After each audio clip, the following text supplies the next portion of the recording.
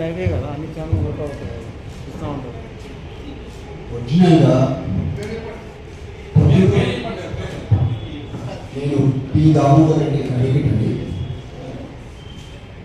ఒరిజినల్గా పొద్దులూరి వెంకటయ్య అనే పర్సన్ ఇనాందార్ 50 ఉండాలి.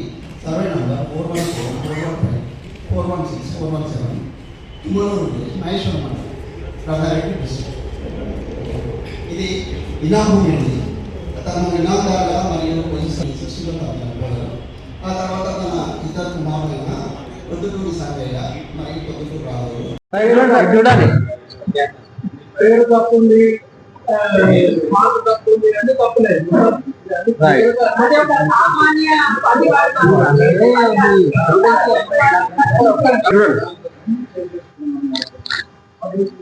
ఉండాలి ఒక్క నిమిషం ఉండాలి ఉండాలి ఉండాలి ఉండాలి. ఫసిలిటీస్ లో కానీ కాసరా పానీలో కానీ చెస్సాల పానీలలో కానీ సబ్సిక్వెంట్ పానీస్ లో కానీ అండ్ పీటీ రిజిస్టర్ లో కానీ ఎక్కడ కూడా పీటీగా రికగ్నైజ్ అవ్వలేదు. ఎంఆర్ఓ దగ్గర తహసీల్దార్ దగ్గర రికగ్నైజ్ అయిన తర్వాత వాళ్ళు ఆర్డీఓ పంపిస్తే అక్కడ 38కి ఎవరైనా ఎలిజిబిలిటీ ఉంటే అది కూడా ఇప్పుడు ఈ పట్టదారు ఎవరైతే ఉన్నారో అతను సర్ప్లస్ హోల్డర్ ఉంటే సీలింగ్ సర్ప్లస్ హోల్డర్ ఉంటే సర్ప్లస్ ల్యాండ్ డిక్లేర్ చేస్తే అప్పుడు వాళ్ళకి 38 సర్టిఫికేట్ రానికి ఆస్కారం ఉంటుంది. అసలు వీళ్ళు సర్ప్లస్ అయితే రారు, సీలింగ్ లిమిట్స్ అయితే రారు, బిలో సర్ప్లస్ ఉన్నారు. అయినా కూడా 38 సర్టిఫికేట్ ఎంటైర్ ఎక్స్టెంట్ కి ఆయనకు ఎవరిచ్చారు? సీలింగే లేకుండా, సీలింగ్ డిక్లరేషనే లేకుండా 38 సర్టిఫికేట్ ఎక్కడి నుండి వచ్చింది? అది ఫస్ట్ ఆఫ్ ఆల్ పీటీ కాదు. ఇంకొకటి ఎవరైతే ల్యాండ్ హోల్డర్స్ ఉన్నారో వాళ్ళు surplus holders car, below ceiling ఉన్నారు. కాబట్టి ఏ విధంగా చూసుకున్నా కూడా 38 certificate obtained by playing fraud in their RDO office. So మేము ఇది పలుమార్లు ఈ విషయమై పలుమార్లు దరఖాస్తు చేసుకుంటే ఎవరు కూడా చర్యలు తీసుకోలేదు. ఈవెన్ పోలీస్ మహేశ్వరం కూడా 2-3 సార్లు కంప్లైంట్ చేసినాం, వారు కూడా ఈ విషయమై చర్య తీసుకోలేదు. కమిషనర్ కూడా, పోలీస్ కమిషనర్ కూడా సైబరాబాద్ కూడా కంప్లైంట్ చేసినాం, వారు కూడా చర్య తీసుకోలేదు. ఇది ఇలా ఉండగా రీసెంట్ గా నేను విజిలెన్స్ డైరెక్టర్ గారికి కంప్లైంట్ చేశాము, వాళ్ళు గవర్నమెంట్ కి ఫార్వర్డ్ చేశారు. ఇప్పుడు కమిషనర్ చీఫ్ అడ్మినిస్ట్రేషన్ వాళ్ళు కలెక్టర్ గారికి డైరెక్షన్ ఇచ్చారు, త్వరగా ఎంక్వైరీ చేసి చర్య తీసుకోండి అని చెప్పి.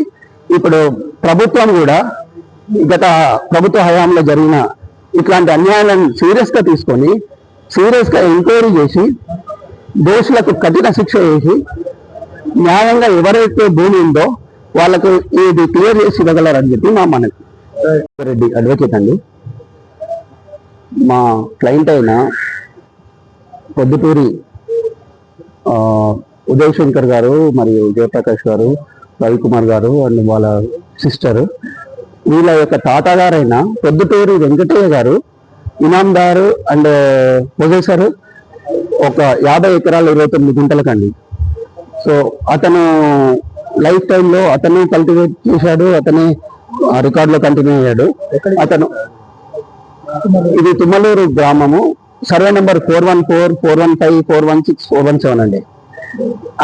తన జీవిత కాలంలో అతను సాగు చేశాడు, అతని పేరు రికార్డులో వచ్చింది, కంటిన్యూ వచ్చింది ఆయన చనిపోయే వరకు.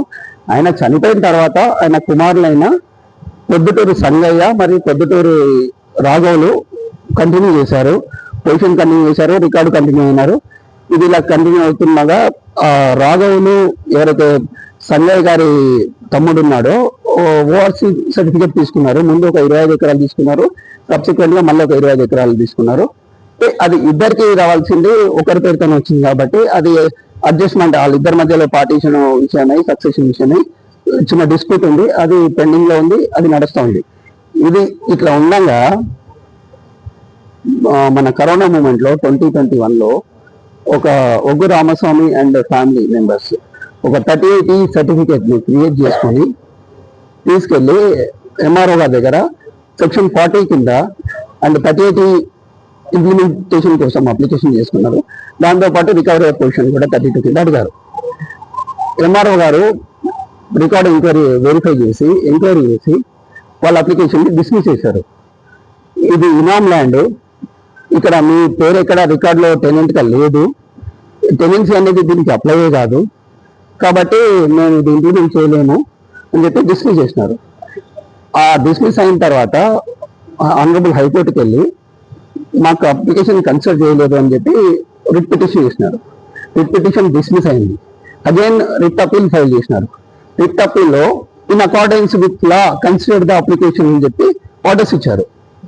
ఆర్డర్స్ ప్రకారం మళ్ళీ ఎంఆర్ఓ తహసీల్దార్ గారి దగ్గరికి, మహేశ్వరం గారి దగ్గరికి వెళ్ళి మళ్ళీ అప్లికేషన్ పెట్టుకున్నారు. అప్లికేషన్ కూడా మళ్ళీ కూడా డిస్మిస్ చేశారు. ఎందుకంటే ఎంఆర్ఓ గారికి సక్సెషన్ ఇచ్చే రైట్స్ లేవు కాబట్టి మీరు సివిల్ కోర్ట్ అప్రోచ్ అవ్వండి. అయినా కూడా ఇది ఇనామ్ ల్యాండ్కి సక్సెషన్ అనేది పీటీ అనేది అప్లై కాదు, సో మీరు ఏదైనా ఉంటే అప్పీల్ పోండి అని చెప్పేసి డిస్మిస్ చేసినారు. డిస్మిస్ చేసిన తర్వాత ఇప్పుడు వాళ్ళు ఇక్కడ రంగారెడ్డి కలెక్టరేట్లో అప్పీల్ చేసినారండి. 2860/2022 case number F2 tenancy matter అనమాట. అది పెండింగ్ లో ఉందండి. ఇప్పుడు ఇక్కడ ఏంటంటే విషయము, మా నోటీస్కి వచ్చిన తర్వాత మేము దాదాపు 10-15 అప్లికేషన్స్ పెట్టామండి. మా క్లయింట్స్ కానీ నేను కానీ ఒకసారి డైరెక్ట్గా నేను కూడా అప్లికేషన్ పెట్టాము. ఆర్టీఐ కింద మా క్లయింట్స్ చాలా సార్లు పెట్టినారు. కానీ ఆర్డీఓల పరిస్థితి ఏంటంటే వాళ్ళు 38 సర్టిఫికేట్ తనకు ఏదైతే 2021లో సర్టిఫైడ్ కాపీస్ తీసుకున్నారో మేము 23లో అప్లై చేసామండి. మా నోటీస్ రాగానే అవే సర్టిఫైడ్ కాపీస్ మాకు కూడా ఇవ్వండి అని 10-15 అప్లికేషన్స్ పెట్టినా కూడా ఏ అప్లికేషన్లో కూడా వాళ్ళ సర్టిఫైడ్ కాపీస్ ఇష్యూ చేయలేదు. అయితే ఏంటి రీజన్ అంటే ఫైల్ ఇస్ టోన్ కండిషన్ అంటారు. ఫైల్ టోన్ కండిషన్ 75 నుండి 21 వరకు 21వ సంవత్సరం వరకు టోన్ కండిషన్ లేదు. వాళ్ళకి 21లో ఇష్యూ చేసిన తర్వాత మేము 23లో అప్లై చేసుకుంటే టోన్ కండిషన్ వచ్చింది. ఎట్లా వచ్చింది?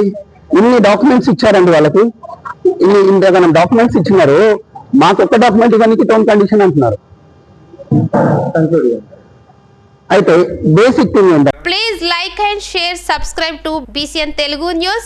Please like, share and subscribe to BCN Telugu News.